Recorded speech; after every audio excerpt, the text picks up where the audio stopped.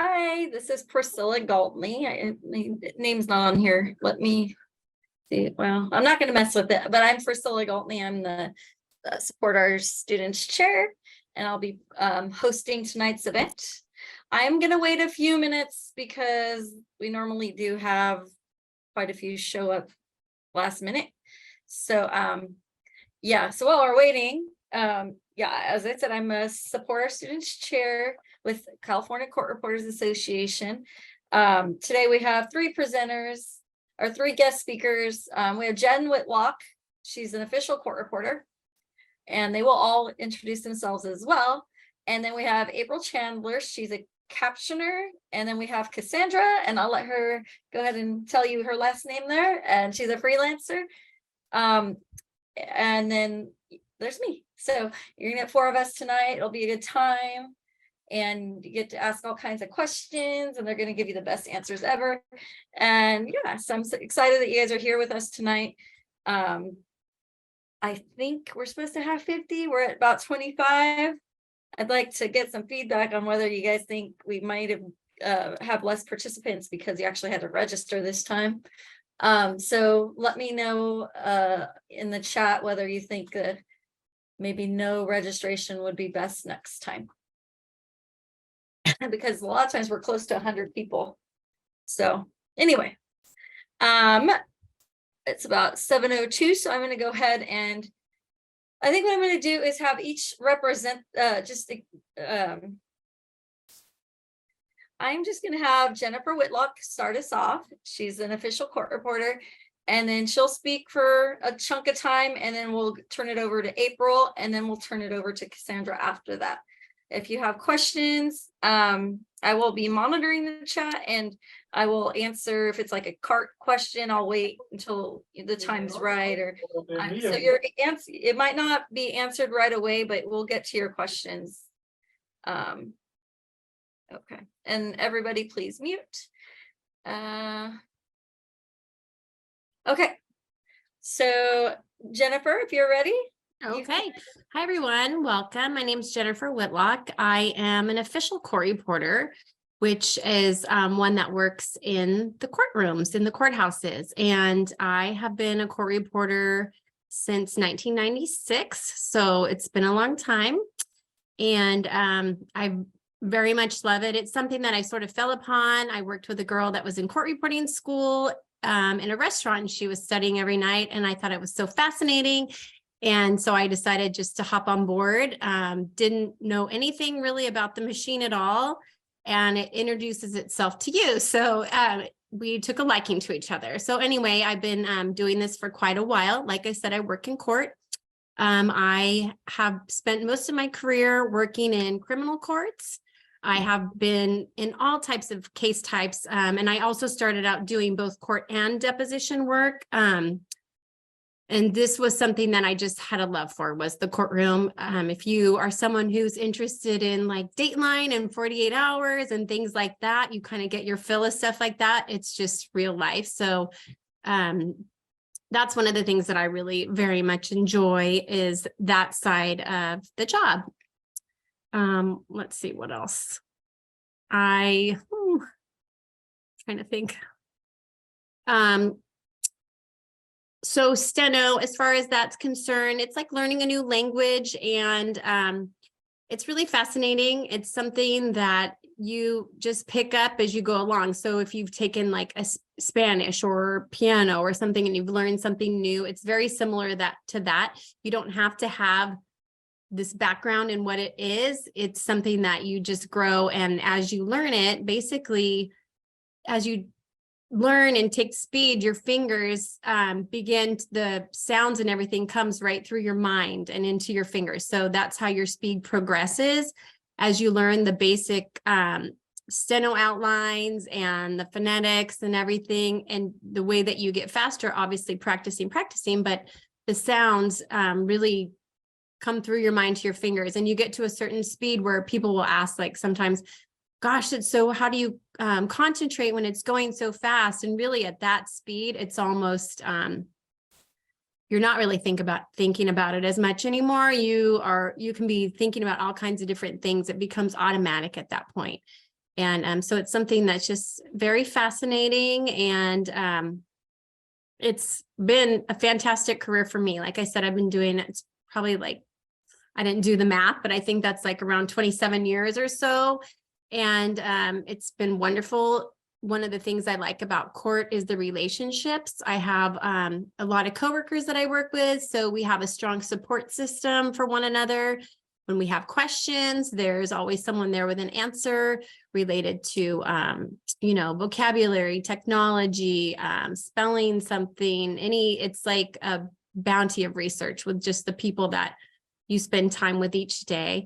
And I also greatly enjoy having my retirement and the benefits of vacation and sick leave and things like that. So those are some highlights that I would say as far as an official court reporter. So I think that's kind of a beginning, and then maybe you'll have questions later. What county do you work for, Jennifer? Oh, I'm sorry. I work for San Joaquin County, and that's in Stockton, California. I meant to say that in the beginning.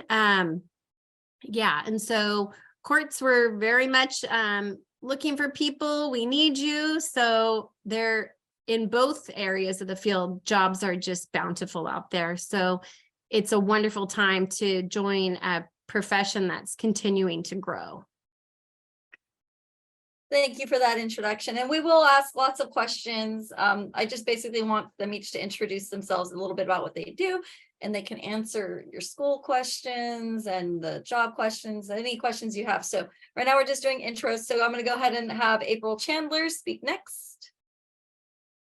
Hi, can everyone hear me okay? Can you hear me? Nah. Oh boy. We How's can. that? Is that better? I'll get close. As a captioner, we're usually the proverbial fly in the wall, right? So no one sees or hears us. Anyway, as she said, I'm April, and this is really cool. I wish we had something like this when I was in school, but to be honest, we didn't have the internet. I graduated in 1990. I'm really dating myself, so I'm a little embarrassed. Took November CSR. We had it only twice a year back in those days, and started working in January at the courthouse in Sacramento. Loved it, loved it, loved it. I met my best friends, and I will say when I graduated from school, my whole life changed, and for the better. I did move out of Sacramento, I think it's 93 or 94, and that's what took me to my work in captioning. We didn't, as I say, have the internet, but so things were a little bit different. And so when I started captioning, I started in school. I started in a college, and I've traveled to a really cool in the 90s to Russia. One of the students was traveling abroad, and he's hard of hearing. And so I traveled with him. Now, obviously, one, I wouldn't go to Russia, and two, it would be probably done remotely. But that was a really good experience for me. I was in my mid 20s, and it opened up my whole world. I realized then I could do anything if I wanted to. I've taken depots. I've probably taken maybe 50. I haven't done a lot of depots, but I loved it also. But I would say, gosh, for the last 14 years, 15 years, I've only been captioning. Very busy. I've captioned meetings. I've been in court, like Jennifer's, but not as a court reporter. I strictly as a captioner. And I definitely have boundaries and make sure I draw the lines, because those are two different professions, just a similar skill set, of course. But they like to use us for both, right? Especially when they know I'm certified as a court reporter. But when they go off the record, then obviously the person who's deaf, hard of hearing doesn't have accessibility. So that's a no-no. But that's fun because I always love court. So when I do go to court, it's kind of exciting for me. It's funny. They are easier on the captioners than the court reporters. As a court reporter, you know that, oh, you can get it. It's fine. But they talk real slow. As a captioner, I'm like, yeah, fine with me. Anyway, I love what I do. Why do I love it? I'm mostly remote. I've been remote since COVID, but before COVID, I've always loved the idea of working remotely. I'm in Las Vegas, but a lot of my clients and consumers are in California. And when I moved here, I didn't want to let that go.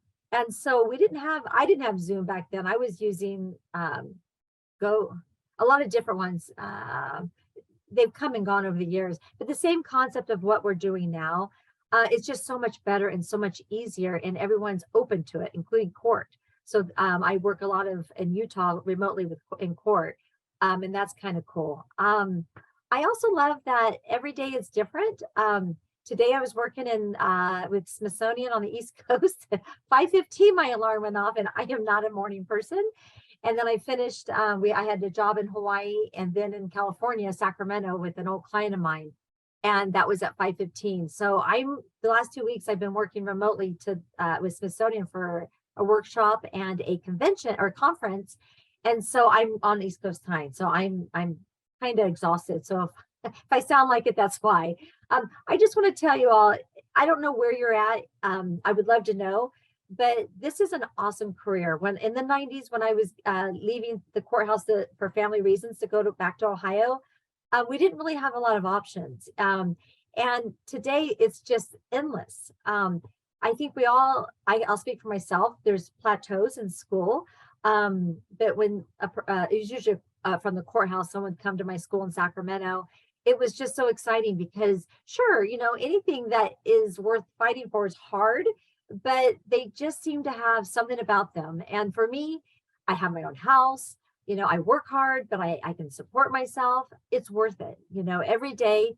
Have a good group of people that you can rely on. And, that when you're having a bad day at school, but talk to someone like me or Jennifer or Cassandra, anyone that can say, hey, I've had bad days, but this profession is worth it. And like Jennifer said, it keeps getting better with technology. The door is open for captioners. I mean, I was full-time, but now I'm 55. So working from home is great. I was going and always they called me the bag lady in Ohio when I was in the 90s walking to class, because back then we didn't even have little pull carts. We had all the bags on our shoulders. So we've come a long way. So stick with it. And if you have any questions, please feel free to ask anything at all. Thank you, April. And April, maybe you can do this now for some of us that don't know really quick. Part captioning, there's like a couple different titles, I guess, right? Well, there is. And let me just tell you, I've learned, we've evolved. When I started captioning, that wasn't even a word. They weren't providing, they didn't have to provide captions on TV yet. And so CART captioning, I called it SNO interpreters because we didn't have a name. I mean, literally. This was at the Miami University. I coordinated their program. We literally had some students that came from high school and they could read lips, and they went from a class of like 20 to 200, 300 students in a room at a huge university. So they started saying, hey, these students don't know sign language. We need to have access for them. And that's hence where someone came up with, hey, the judges use it, the attorneys use it. And I personally always loved real time. I had a lot of cleaning up to do. I was fast writer, but sloppy. And so if I can do it, anybody can do it. But yes, they've had words. Now we're captioning and CART. And so typically we refer to CART, say if you are in a classroom or sharing your screen and it's just the words, we refer to that as CART. Captioning, if we're going to stream, so pretty much all day today, like if you've seen people caption on Zoom or on TV, so the words are scrolling underneath it. We refer to that as captioning, broadcast captioning, that type of thing. But it could be something different tomorrow, let me tell you. So don't get hung up on that. Okay, thank you. You bet. And then we also have Cassandra. She's a freelancer, and I'm going to go ahead and let her speak now. Thank you. Hi, everybody. It's so nice to see you. I've got my screen on gallery. So if you guys could all do me a favor really quickly and turn on your videos, let's see everybody. Aubrey, I love your picture. And Susan Lee, I know I've met you before. And Kimmy Lee, I think I've been chatting with you. And I see Al Betts. He's there on the East Coast right now. It's like 10:15 for you, Al. So does everybody know Al? He's the host of the Stenographer's World podcast. If you're not on it, you should get on it. He's great. He also does the identity Identimap Trek 42 personality tests. So he's been talking about that. So thank you, everybody. You look great. Thanks for coming tonight. And this is awesome. There's 2 pages. Okay, wow. So I'm Cassandra Caldarella. Caldarella like Cinderella. She's the ashes on the pot. So I've been a court reporter this is going into my 20th year now. This is my 2nd career. I didn't get started until my 30s. So yeah, I'm right up there with you, April. I'm the average age of court reporters. I started out, I did 2 years of freelancing. And when you start out, you're kind of on the bottom of the totem pole. So I did everything and anything for anyone. It was a real, like, I was working the phones, let's just put it that way. I was constantly calling agencies and introducing myself and getting myself out there and my name out there, and just doing anything and everything. I did a lot of water board hearings, city hall meetings. I did the stuff nobody wanted to do, and I'm like, I'll do it. And I didn't know I didn't know better to say no, but it was a great experience. I think it made me a better reporter to not say no to anything. I really love doing Securities and Exchange Commission hearings. Those were like my thing. And then when I qualified, so it took me 2 years to qualify, and I passed in a year, but after you qualified, you could start working. So I started doing OAH hearings and Long Beach Civil Commission service hearings. And those I had to learn 9 speaker ID sign changes. And that really helped me later on when I went to court in about 2008. I started with Los Angeles Superior Court. So at the time, there were 350 applicants for the job, and they go through a proofreading test, and then an interview. And I was put in band A, and I was one of 8 to get hired with LA Superior Court. So it was a pleasure. I floated the whole time, and I was dating my husband at the time, so it was great because I didn't have any transcripts and nothing in the evenings and weekends for free. I'm like, woohoo! So it was nice. But I did get to see reporters working in court that were doing long cause, and they were making like, I totaled it up one day to be like $300,000 a year on just transcripts. We're always like calculating how much are they making. But yeah, their transcript income was ridiculous. But at the time I wanted to just enjoy my life. And so it was great. I floated the entire time, and then we were laid off. And when we were laid off, it was actually the best thing that could have happened to me, because prior to then, I didn't really know what area of court I liked. I had gotten in line to try out for assignments, but I had never actually gotten to try out for an assignment, because by the time they start going through the list and I'm at the end of the list, I never even got to try out. So I missed so many opportunities, which was a good thing. I never found out how great civil courtrooms were. I had floated to juvenile delinquency, juvenile dependency, probate, criminal misdemeanor, criminal felony. I've done capital murder cases where I still have to keep the transcripts like for the rest of my life. I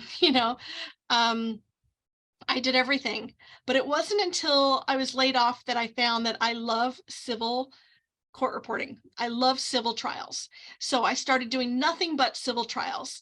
And that's when it came in handy, all those 9 sign changes that I knew, because I got thrown right into the asbestos court. So I started doing tons of asbestos courtroom like motions where they'd have the plaintiff attorney with all their defendants. You'd have literally 4 tables for the attorneys with 9, 5, 6, 7, 8, 9, 10, like 12 speakers right there with just those desks. And then you'd have all the attorneys filled up in the jury box. And then the entire audience was full of attorneys. I counted about 40 attorneys in the audience. And then you had 50 of them on the phone. So having all those sign changes was great. And then it was like musical chairs. They weren't in one spot. They were moving around the room as it was their turn to speak. They were moving. So you have their names, and then you started doing IDs like, okay, you've got a red tie, purple tie, blue tie. So you're like blue, blue, perp, perp, you know, and then glasses, glasses, bald, bald, blonde, blonde, you know, and then someone comes in with the same color and you're like, okay, I've got to think of something else. So, and then a lot of them, I knew their name. So you just double stroke the first syllable of their name. So I was really great at organizing that. And I'd have like 6 different agencies hire me for the same morning. And I handled all of the matters in that courtroom for that morning, and all these different cases, all these different transcripts. I think I made like $4,000 just that morning. And the agency called me. They're like, what is it? How are you staying so organized? Like, nobody else can figure this out. They're getting the speakers wrong. They like, but that training, you know, just saying yes to those Long Beach Civil Service Commission hearings taught me that new skill with being able to do 9 speaker changes, and then learning all the speaker changes. So in court, you have like mother, father, grandmother, grandfather, social worker, bailiff, you know, minor.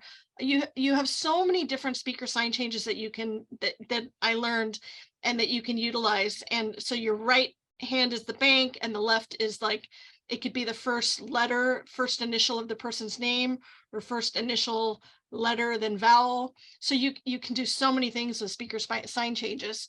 And then the jury voir dire, I got so good at jury voir dire when I was thrown into, the only thing I ever got close to in civil courtrooms is jury voir dire, because the court reporters would never want to get rid of the, you know, the testimony portion, because that's where they make transcripts.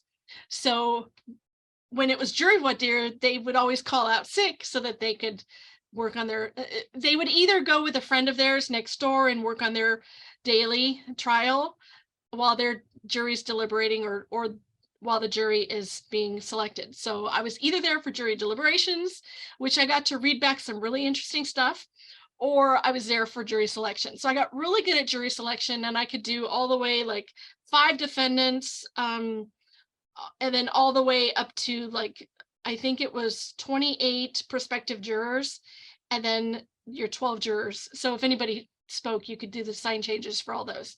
So anyway, when we were laid off, this is really long, sorry. When we were laid off, they would hire us privately. And so I've been doing that ever since 2012. And that's my jam.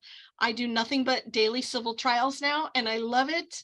And I go all over LA County and Orange County to do those. I just happen to be 7 minutes away right now doing a trial in Orange County. So my typical day now with Orange County, you know, I get there at 8:30. You have a break at 12. They come back at 1:30, and then you break at 4:15, around there.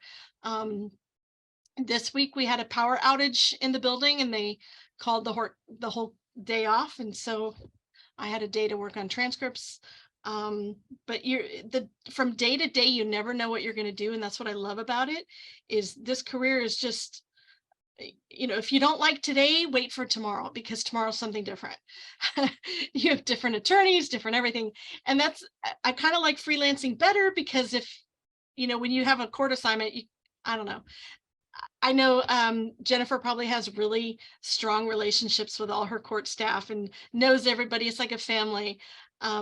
I kind of like jumping around and meeting new people. So there's something for everybody. And then I did go back and work as an official with Orange County, and that lasted 3 years. And I was able to get pregnant because the stress was a lot less.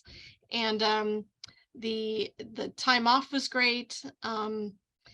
And so, yeah, it's nice to have an office and a refrigerator and a little toaster in my office, and I could, you know, work on transcripts during lunch. But it's also nice freelancing. So I think I've overdone my time. Been great. Thank you. Okay. Love it. And I'm gonna tell you a little about me. I am a part-time official with Sacramento, and I freelance on my off days. So I do depots or court work or whatever's out there. I'm not too picky. I don't really like doctor depots, but I do them because that's what you get better by doing things you're uncomfortable with. So I do like the part-time gig. I'm not gonna lie. It's pretty cool. I have a little 6-year-old. But I also think it's kind of overwhelming just with a little bit of freelancing I have done. Like I did a year of freelancing and boy, did I get my butt kicked, but I was working too much. I made too much money, put it that way. And it was hard. But I am gonna tell you just a little bit about incentives. A lot of counties right now, when you're a CSR, you'll get all these flyers, as I'm sure they all have here in this meeting.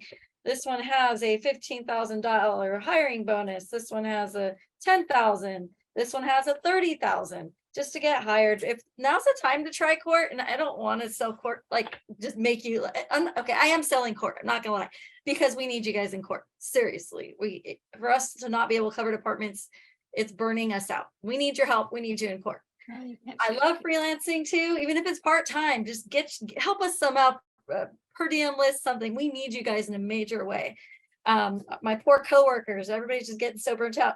So that's what I'm telling you about these incentives, because they're not, I think this is the first time it's ever happened. Jennifer, one of you might know, but I've never seen these incentives before. So now's the time to try it. Try it before you buy it, type of thing. Like you're going to get paid $15,000 to try it for a year.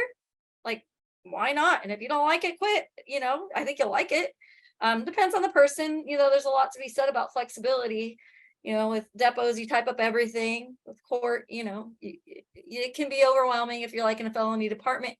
So it just depends on the person. I guess what I'm going to get at too, and I wanted to go be a captioner originally. I went to school to be a captioner, and then they didn't really have much in school about it. To be honest, I hope that's changed. But anyway, so one day maybe, but just there's a lot of options out there for you. So there was something else, and okay, a few things about CCRA real quick, and I'll send you guys links. Sign up for a mentor, and Cassandra will go a little bit at the end of this. She's going to go over what she's got to offer for students, and I'm going to send you a link to get a mentor through CCRA. I highly recommend each student. I don't care what speed you get a mentor. I highly recommend you go to the convention. We're having a convention coming up September. CSR prep courses, if I would take those, and then intern. You need to intern. That's how you're going to know what you want to do as well. I have like 6 that I'm constantly getting in. So you need help finding a mentor. You need help finding a court that you could intern with. Shoot me an email and I'll find you somebody, because that's how you're going to, feel comfortable in working in some of these environments. I'll be honest, I can get you court ones. It's harder for me to find freelancers, maybe because I don't know as many, but I can definitely get you officials. Okay, so moving on, let's move on to questions. And we have, I know there's a captioning one. Did you see that, April? Let's see, it's for April. I did not. Okay. It was about cleaning up the notes? Yeah. Oh, okay. Well, that's okay. So, yeah, when I started,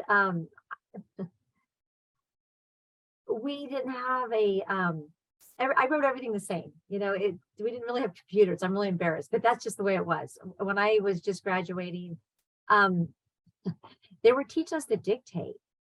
So I didn't even know computers. My God, it's hard to imagine that. I didn't know how to, anyway, it's embarrassing, hit the enter key, and I'm becoming a court reporter. I'm like 23, and how do you do all this, right?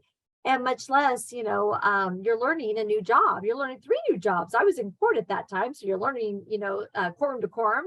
You have to learn, read back in the jury room, when to read, when to not. You have to learn when do you transcribe if they're going to state prison. Is it due in 5 days? Is transcript due in 10 days? All these things. And I'm not telling you that to overwhelm you at all. I shouldn't have even mentioned it. But my point being is clean up the writing. I just had to be able to read it back.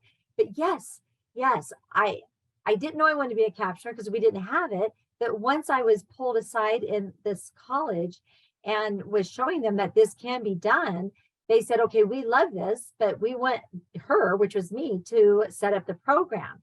And that gave me an opportunity to be on a salary and to actually clean up my writing. And so we didn't have as many tools back in 95, I think it was, or 94. But I got a book from National Caption Institute, Tammy something, NCI. And I got that book and I started with one conflict. You cannot have conflicts for captioning. I'll just say that. You cannot have captioning. In court reporting, I could, and you'd hit 1, 2, or 3, you know, if whatever word you wanted. But now in captioning, that's just not, you can't do that. And so I just worked on it. I got the little sticky things and, you know, there, and there. I'd have 2 a day. And I would put it on my, you know, laptop, my 20-pound laptop, whatever it was at 8088. And I just worked on it one at a time. Try not to overwhelm yourself, but start with a couple words. If it's cleaning up the writing, or get rid of your conflicts, first of all. And like I said, one at a time. You can do it to the TV. You can do it to anything. I just pulled up looking for Al's podcast, and they have all these things in Stenographer's World that I didn't know was available, to be honest with you. How did I clean it up? I started with the conflicts. I worked those out, and occasionally one would come up. And in captioning, remember, it's not the record. As you progress, you know, you do try and have it be verbatim, but it's not the record. So like today, you know, 10 hours later, I'm exhausted captioning. And so I was leaving out. However, my fingers were just, I couldn't even, you know, it was a big meeting. It had to be good. So I'm not saying don't get anything, but you can leave these words out. In court, you really can't, or as a captioner, or you shouldn't. And so you try and work on, especially as a student, getting what you have, making it clean.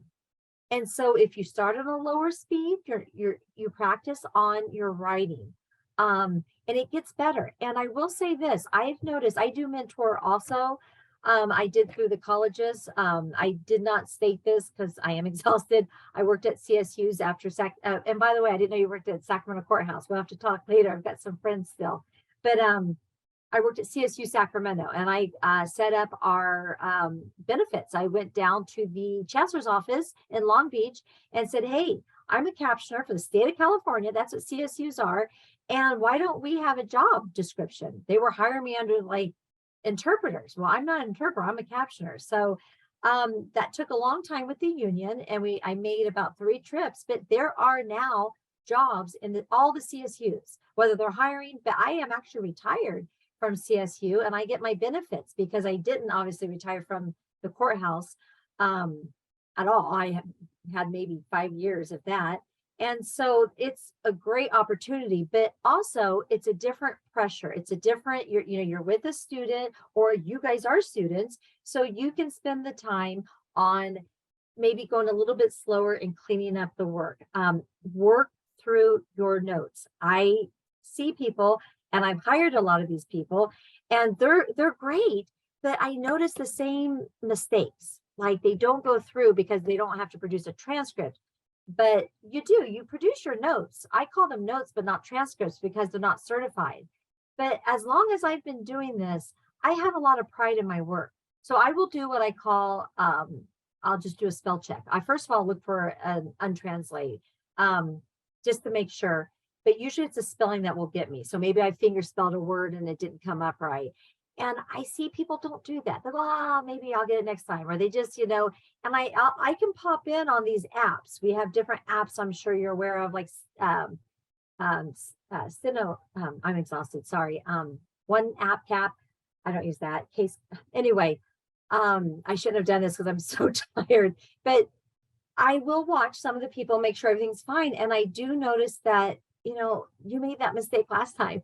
It's just being sloppy, and we can get sloppy in life. I get that. But if you want to be a good captioner, it takes maybe 10 minutes into my day. It's not like Jennifer or Cassandra. They're going through their transcripts, hours.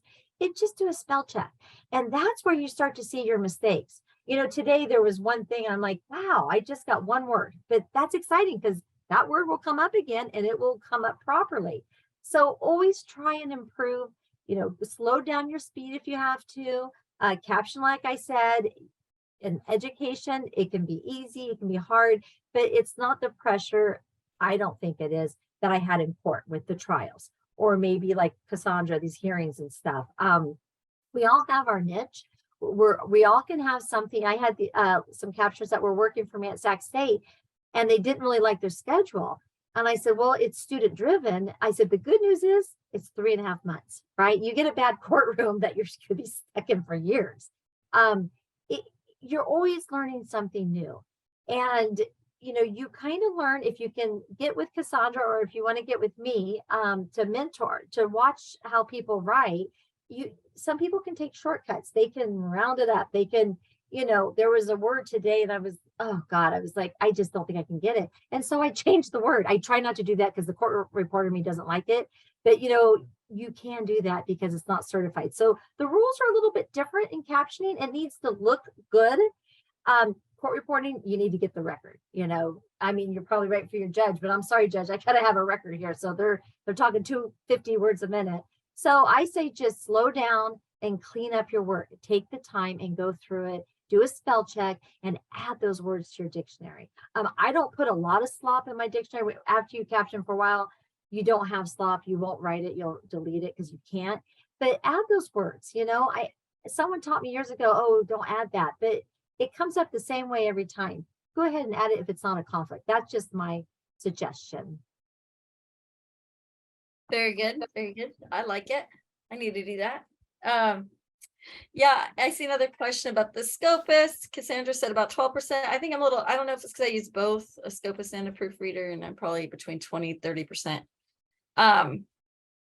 And let's see. Can I say something about cleaning up your writing? I know it's not for captioning, but for real time. So when we got laid off, all the judges wanted real time, and I had never done real time. And so I remember going into my very first asbestos trial. And on the first day, the judge brings the attorneys into chambers. And then before you know it, the next day, or that night, the agency told me they were replacing me with another reporter. So the judge had talked to the attorneys and said, you got to get rid of her. We need a new. So it was my very, very first time writing real time to a judge. And ever writing real time to anybody. And then it was an asbestos trial to boot, first day on the job. I didn't have any of the words. There's no prep at all in court. I walk into court and it's cold every day with all the words and everything. So now to make your writing clean, I go in and I have a couple tricks that I do. So I put, I get the attorneys' names and I put them in every way you think that it could be pronounced. And then every way that I could possibly, like Mr. Mr. Goldberg, Mr. Gold, Mr. Goldberg, Mr. So you're just putting it in all these different ways. And then you come up with the answer bank, G. So you're coming up with all these different ways to put it in. And then you have, I'd have to undo it, but I have my list, my running list every day that I keep in front of me. And then I put it into an Excel spreadsheet and alphabetize it. And then the brief selection tool, selection tool in my software now is a big help. But I came up with this 12-week real-time boot camp, and I ran it through South Coast College. And we started doing that. I think it was 2013 or 14. We did our first 12-week boot camp. And it was I took every single test I could get my hands on, real-time test, DRA, the federal test, the NCRA test, and I transcribed them. And then I had South Coast College, the teachers read them at speeds, with 2 voice at speeds. So 180, 200, 225, 240, then back down to 200. So we gave the test at the beginning of the class, and then we gave it at the end so they could see their improvement. And then Jean Gonzalez of the school put together a whole workbook. So she took a 5-minute real-time exam and she broke it down into its real-time components. And we practiced for about an hour and a half. We practiced in the class with your machine, and she made up these sentences and we went through them very slowly. And we resolved all of our conflicts. So April, I've only got 3 conflicts left in my dictionary. We worked out all of the conflicts. And I realized that a lot of the hesitation that people have with writing, which is a lot of the reason for untranslates and misstrokes and sloppiness, is you're maybe forgetting some of your theory. So going back through the theory of all these words and these concepts, like the real-time conflicts that you have, and going back through your theory book and resolving those conflicts and resolving those issues that you're having with kind of the sloppiness that you're having. So we would do that, and then we'd start reading it at speeds. And at the end of the class, you know, night and day difference between the beginning of the class and at the end of the class, after you've worked through all of these real-time issues that came up on this workbook, on this exam that we had taken and broken down. So after the 12 weeks, at the time, the Deposition Reporters Association, this is before CCRA had their real-time exam, they usually give their real-time exams at their conventions. So I had talked them into giving it to our students on campus at South Coast College. This is the first time the DRA had ever done their real-time exam off event or off, convention. And so at the time they had 180 people pass their real-time test in 20 years. Okay, so 20 years, only 180 people had ever passed this test. So we do this, the class sold out. There were 60 people. We had to increase, and we had to make an overflow room. So they had another room that they ended up doing with video screens from the main classroom to the second overflow classroom. It just sold out. And we're gonna revive it again this year. But of that class, I think 35 of them, 35 of them from that test that took the DRA test passed. I think 50, I think all 50 students took it, and then 35 passed. So in a 20-year exam with 180 people, you have 35 people pass it after this 12-week program. It was pretty, a huge accomplishment. But that's kind of the work it takes to pass, like to really, really do it's intensive work. It was intense. It was a 3-hour class on Saturdays for 12 weeks. But you can do that. You can do that on your own by going through the real-time books, going through your theory, cleaning up your conflicts, and then focusing on like getting all the past exams and working on them. And so my Scopus noticed a difference. And my writing now, like I had 2 neurologists, expert doctors today in a trial, and my writing was like 99.9%. It was so clean. It was so, my scoping, I like don't even have to hire a scoping to get roughs out now. So, and you make little marks for yourself. I do STARZ to check spots. And now I can just like quickly global that and get a rough out like immediately. So it's a lot of work. I hope this helps you. Great advice. And Jennifer, you write real time in court, and there's incentives to write real time, right? You get an incentive. Yes. No, we do write real time in our court, and most of the different courts pay like a certain amount. Like I know somewhere they pay 20% for certified, and then it's like 10 for non-certified. Ours is 3 for non-certified, but then we have like, if you have the CCRA, it's 7% more on top of your salary. And if you have the NCRA, CRR, it's 10% more on top of your salary. So there are incentives to doing that.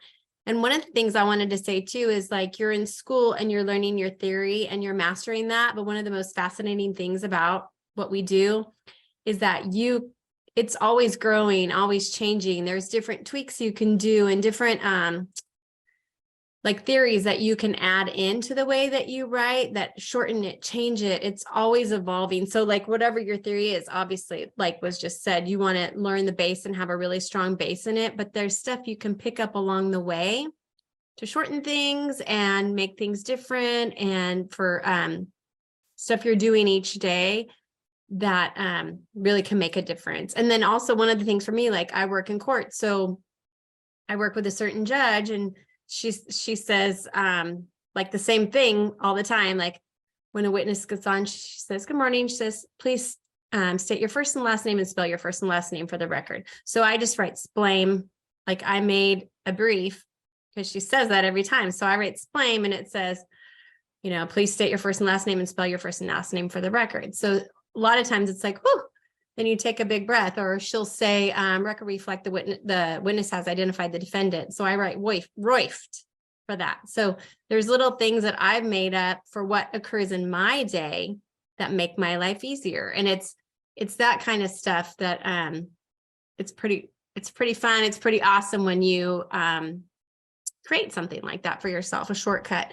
So it's great. And like, as far as being a student and working, this is your hardest time because you don't necessarily have the control when you're testing, but once you get out in the real world, it's amazing because you are in charge now. And so you can, excuse me, repeat that please. Or when someone's talking too quietly, I'll need you to speak up. Like, you get to be the master of how that comes down. Now, do they always listen? Not always. Sometimes you have to interrupt more than others, but it's really freeing. And what I believe is you put your hardest work in when you're in school to get there. And when you take that test and you pass, you're qualified to do it all. And just getting your mind around the fact that you're capable and able, and it's exciting. It's really exciting. Yeah. And, just think of that now, just be ready. As soon as you get to school, be ready to provide time. You can, like she said, you can slow it down. You can interrupt them. I mean, you can write real time when you get out of school. So be ready for it. Make that money. And I have some other questions. I thought, where'd it go? Yeah, you should come to the convention. It's fun. Introvert or not, you're going to have a great time. There's a lot of classes there for you. You'll be so motivated by it. You'll probably finish school like that because you're just ready and you're meeting some cool people. So yeah, don't be shy. Come out. You'll love it. And then I saw another one about Priscilla, can I say something about being shy? I'm sorry to interrupt, but I feel it's important because I'm running into this right now with someone she just passed her test. And so we're like, come to work. She lives in Stockton and she didn't really do a lot of interning and she's afraid. And so I was thinking about a lot of you. I'm assuming you're doing school online, and which is a great tool because it's a different way to do all this. But you got to get yourself out there and make sure you sit in and create relationships with people in the field so that, because right now I'm kind of struggling with getting her to not be as afraid, but she's overwhelmed with like, now my life has to go in a different direction and I'm not a student anymore. I need to work. And so just trying to encourage her that she's qualified and that she's ready. It's been a struggle. And I think some of that is like sort of a shyness and a fear that she has created for herself inside this little bubble that she's been operating in. And so I think going to the convention and sitting in court, even if you're just going to meet the people that work in court, because we have them sit at lunch with us and we just open chat with people that come in to sit in. So make sure you try to get yourself out there a little bit too, so that you are ready for those experiences when your time comes. I'm gonna pop in here real quick. I agree, Jennifer. I am outgoing, but people don't believe when I say I'm shy. Intern, that's right. When I graduated from court reporting school, that's all I wanted to do. Let's face it. I had my 3 best friends, but yeah, we just all wanted to graduate, right? You're miserable, you're miserable, you're miserable. And then when I got out, just 2 of us were out and then the other 2 were there. And I've got to be really honest, I was scared to death. I was maybe 23 going into court. What did I know about court? I interned, but I did my minimum amount, and you I was in Sacramento and you show up for, I think, a day or 2, you get to sit with a court reporter. And then the next day it's like, okay, the record's yours. So I learned to fake it till you make it. I cut my hair real short. This was way back in the Demi Moore days. I don't know if y'all remember when she was pregnant and she had chopped her hair off, and I bought suits and I faked it till I made it. I mean, I just kept my mouth shut. I was scared to death and I was very proper. I made sure I was very respectful to the court. It's a little different now as far as the trial, I think. Ask them. I don't work in court, but back then it was really formal. But I was scared to death. I'd get real nervous every morning. I was almost sick every day. I was just nervous. But I've learned we all kind of have our own comfort zone. And I think it's really important to have a friend that you meet. I met my best girlfriends, like I said, we're going out of town next week to Southern California from the courthouse. Someone that you can, okay, this happened to me. What do I do? Because it happens to all of us. Today I had a client and I say, if it happens to me, it can happen to anyone. And it's an old client. And what they were saying, let me see if they were saying quapjack.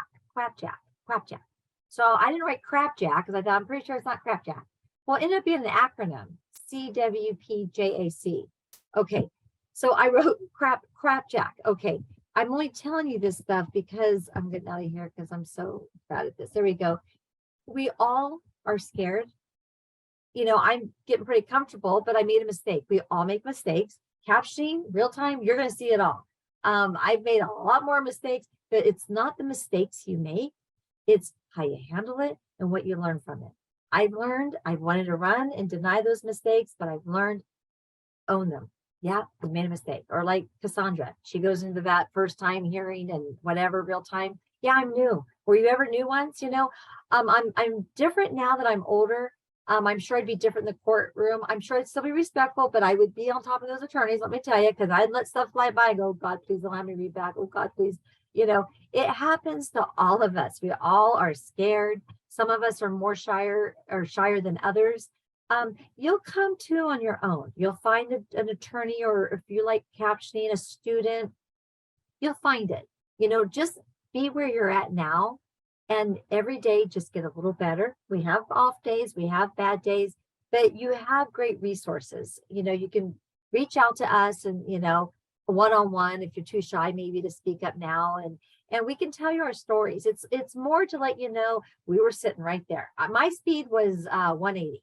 Up to 180, I was good. Well, I sat in 180s, I can't even tell you how long. I had paid, I went to Argonaut, so it was really cheap until you waited that long. And then it was like monthly payments.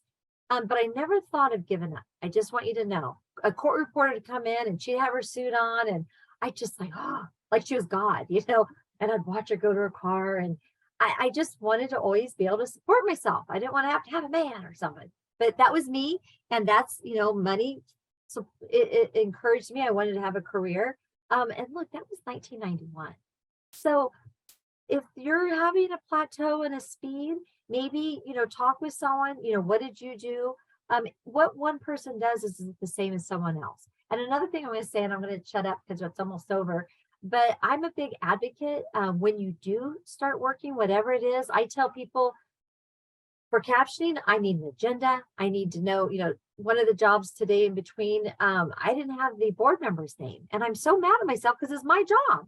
And it was in Hawaii. So, normally I'll write a little blurb, but they wanted me to write the names and they were Hawaiian names and it was a hot mess. And I left some out. I was like, oh my God. So here I am. They're my client. How long have I been doing this? So I've got to figure that out. I've got to ahead of time say, you want me to do that? No problem. I need the names ahead of time. You have to self-advocate. And whatever job you're doing, whether it's captioning, if it's in court or, depots, you're going to let some fly because we all have, oh God, I should have stopped that. But now you can mark it and on the break, excuse me, I need this. But you guys are in school. So I don't want to get ahead of where you guys are. But my point is, no matter where you're at, we have plateaus in life. And we're here. It's a new day where you got Al, where you can take this personality test, which I'm going to take when we're off of this. You got people that can motivate you. I say if you can afford it, go to the convention. I went in 91 and then I didn't go till like a couple of years ago. And I'm thinking, what did I do all those years? You get excited, whether you're a student or you're working, you meet other people and we have more in common than we don't. Just because you're in school or we're court reporters, I don't meet a court reporter that I don't have something, in common, our personalities. It will motivate you. I really encourage you to go. I didn't even think about going as a student. It wasn't brought up, but my goodness, you guys got SNO, you've got this, you've got all these forums that you can go in. So anyway, I just want to let you know, we all have bad days. Hang out with positive people. And, where you are now, I know you're remote, but in school, I told students, your career starts now. Because when someone reaches out to me, inevitably, I'm going to reach out to that school and say, hey, what did you think of that student? It's a small community. And yes, they are hiring. When I was there, we were pro temps for like 7 years. It was crazy. It's a new day. There's a lot of opportunity and you'll find your niche. You'll find what works for you, whether it's freelancing, captioning, come to our side, but there's somewhere for everyone. So anyway. Thank you. And then we have a couple questions. So back to the convention, we will have sponsorships available for students. I don't know when, just try to check our website, and whenever something pops up to ask for a sponsor, just make sure you apply. Or I don't know if it's part of the process when you pay for your convention entry. I'm not sure, but email me and I can find out. As far as testing, well, observing, whatever the school says, like if they say observe, and I think Jenna wrote a good chat about it, just read hers, but yeah, just basically whatever the school says. Don't do the minimum though. Come in a lot more than what they say is you have to do this to move on. Do way more than what they recommend. They just do that as a minimum. And then testing advice. I personally, you guys are already practicing, you should be. But even like for reporters nowadays that want to get their CRR, they just go take their exam. They don't even practice. I'm like, did you practice? No. Well, that's why you didn't pass. You didn't practice. Some people could just go in and take it and pass it, but working reporters really can't do that. So I think you guys should all be taking the RPR, and now they have the one under it, RSR or whatever. Take those exams, get those test nerves out, and then it'll push you to practice for those. Oh, I got the test coming up next month. And then you practice because you're paying for it. You don't want to waste that money. So practice. And you have to take a lot of exams. Like, you don't have to, but I would totally be taking exams like every month. Once I got to 180, I would be all over the literary. If I could go back, I didn't then. Easier said than done. But going back, I wish I would have listened to them when they're like, get your RPR while you're in school. And I'm sure everybody on the screen, if they didn't do that, would agree. Anyway, that's all I have to say about the RPR. Sorry to interrupt you. I do recommend, I did it at 200. I didn't want to be overwhelmed, but the book part, you know, I especially recommend taking the book part, because like now, if I had to take that, I don't think I could pass it. I'm going to be honest with you. So take it when you're fresh in school. The machine, sure, why not? I did take it, but the book part, because you kind of start forgetting stuff like that when you're out of school. So that's just my 2 cents on that, the RPR and the test. I did that too. I was at 160 when I took the RPR test, and I passed the workbook part, and then it took me all that time, and I still had my 225 to go. I was close, but you know, I had carpal tunnel, then I had a baby, and then I had all this time off.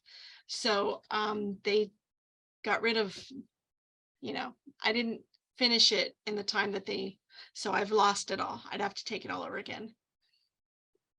And yes, the voice writers, your CVR, I'm sorry, we're still getting used to, we don't mean to exclude you, but yes, or your CVR, RPR, anything, just test while you're a student, test for that CSR. It's not easy. Get all those testing nerves out of the way before you get to that CSR. So take as many exams. Look at the RPR and the CVR. They have very good high pass rates. The RPR is like 75%. They're ready when they take that CSR. Go take your RPR while you're in school, and that RSR one. And then let's see, do we have other questions here? But you know, the courts pay a bonus for they pay $500 for every exam every certification that you earn. So you could save it for, you know, courts are hiring right out of school now. When I came out, I had to work at least a year freelancing before the courts would hire me. Now the courts are hiring you right out of school. So wait until then and go to work for court, and then you can make $500 for every cert you get, and just make that a goal and just get all your certs while they're paying you to do it. I just want to say one more thing too, related to someone was talking about plateaus and stuff like that. And I don't know what speeds you all are at. And so anyway, I fully believe when you're at a certain level, a lot of it, your fingers kind of know what to do. Yeah, you do get stalled somewhere, but I really believe in like what I would do. They used to be tapes back then, but listening to like positive, writing it out, like listening to, I don't know, a podcast or something, like just some kind of, motivational speakers. A lot of times too, they talk at a little clip. So it's good for speed and everything like that. But you're also really hearing that and engaging that really positive information. And so I stand by that. I think it's something that really helped me when I was in school to just get over those plateau moments and just know like I was owning it. And so, and I think you got to keep that belief in your head. Like if you get kind of stuck at a point, instead of looking at it like I'm stuck here, fight to get to the point where you get past that. And always just, it's not like, a wall, it's a challenge and you can climb it. So you just keep on moving yourself in the direction of I can, okay? And you'll do it. You'll always do it. Are there any questions specific to captioning, freelancing, officialship?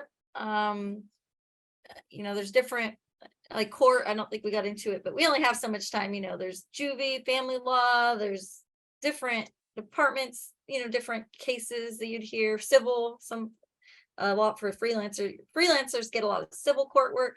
So and captioners, like April touched upon, was they have like the cart, and then they have the captioning like for the TV. So any questions like on any of those? You read comments now? Okay. Can I give one tip? I forgot to tell everybody. The only qualifier I ever passed, and I probably took about 50 of them, I listened to a 240 words a minute tape that I had made. And I listened to that for 10 minutes before I took the qualifier, and I passed. And it was the only one I ever did that to, and it was the only one I ever passed. And then I didn't pass the first CSR I took. I passed the second one. I didn't do that with the first one, but I did it with the second one. I listened to a 240 tape right before the test, and it just tweaks your brain. Like it sounded 200 words a minute, sounded so slow after listening to 240 words a minute and warming up to that. So that was a little trick I did. And just if you're only at 140 words a minute today, keep that in the back of your head to do when you get to 200. Yeah, I used to create my own recordings all the time. Briefs. I love to brief, so I'd always make little tapes of all my briefs, and I would sit there and practice my briefs until they just stuck. So you have your phones, you have your voice memo, create your own audio files and practice your briefs, or words that, or you fumble, like certain strokes that just get you every time, certain words. Make your own audio files and practice those. Let's see.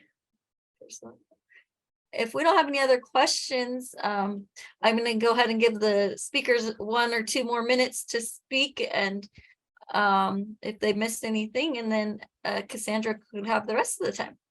So April, anything else? I just want you to know, I think it's an awesome career, whether it's captioning, court reporting, freelancing. I love what I do. I work from home. I'm a foster mom for dogs. They're all around me right now. It's the best career in the world. So just tell yourself that it may not happen today, it may not happen tomorrow, but it's going to happen. We all sat right where you are. I had blue days that I was so blue, I'm not going to lie. And, just one day at a time, you will get there. You will get there. Just keep working at it. Keep working at it. And you're going to have a good day. And if you have a bad day, just like she said, have some, whatever works for you. I have to be around calm people, but it's the best career in the world. So I don't care how long it takes, you can get there. And captioning right now, we're always encouraging certification, but it's not required. And there's a lot of amazing captioner that aren't certified, and I'm encouraging them to, but they're just amazing. So I just want you to know, I love what I do. It wasn't easy, but I got here and no regrets. And I'm 55, and I started when I was in my 20s. So praise God. And then Jennifer.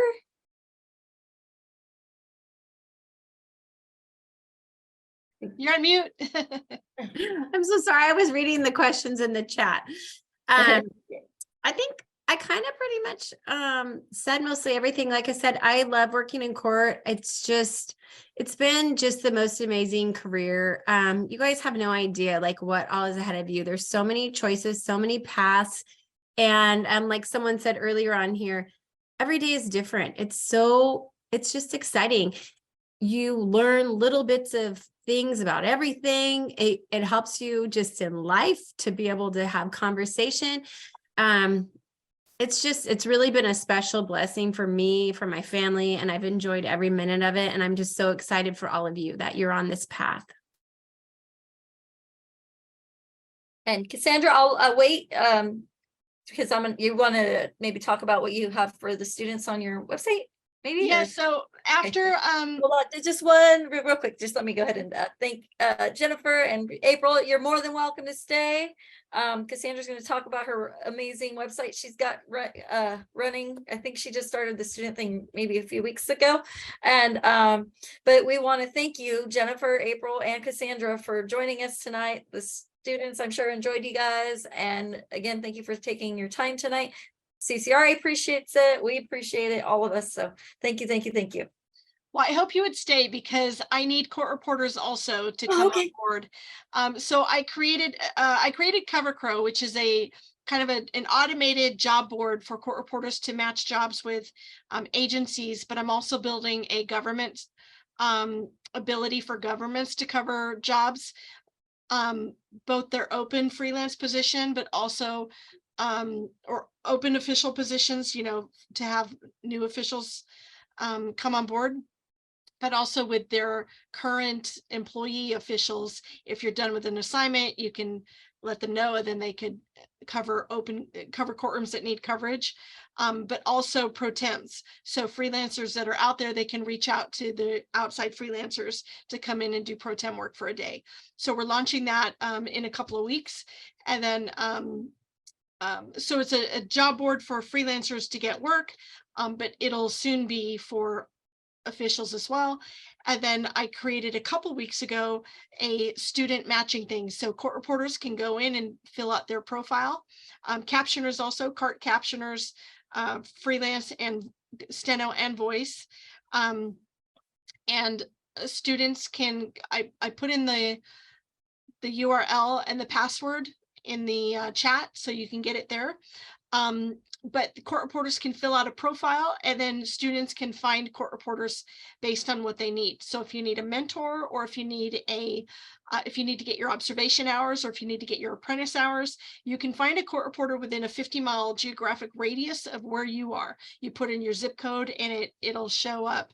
I don't know if I don't have sharing abilities, but also you could find a court reporter remotely if they're in your state. So the court reporter can put in a profile like what theory you're on, maybe what software you use, what machine you have, how many years you've been reporting, what kind of jobs you do, maybe what your work hours are during the week, like what are so if a student needs to sit out on Friday, find a reporter that's available on Fridays. So I've got filters in there so that court reporters can find and filter through all the different court reporters profiles, and you could find a court reporter to either sit out with or mentor.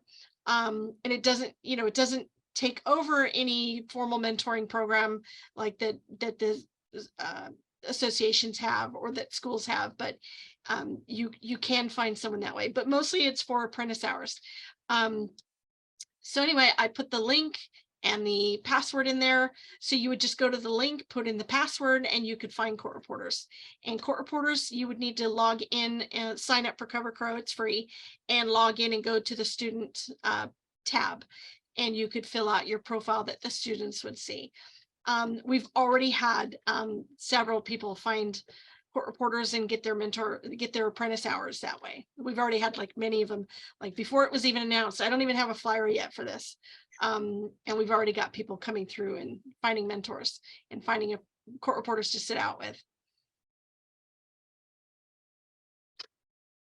And that's it. Okay, let me see if we have any other questions. I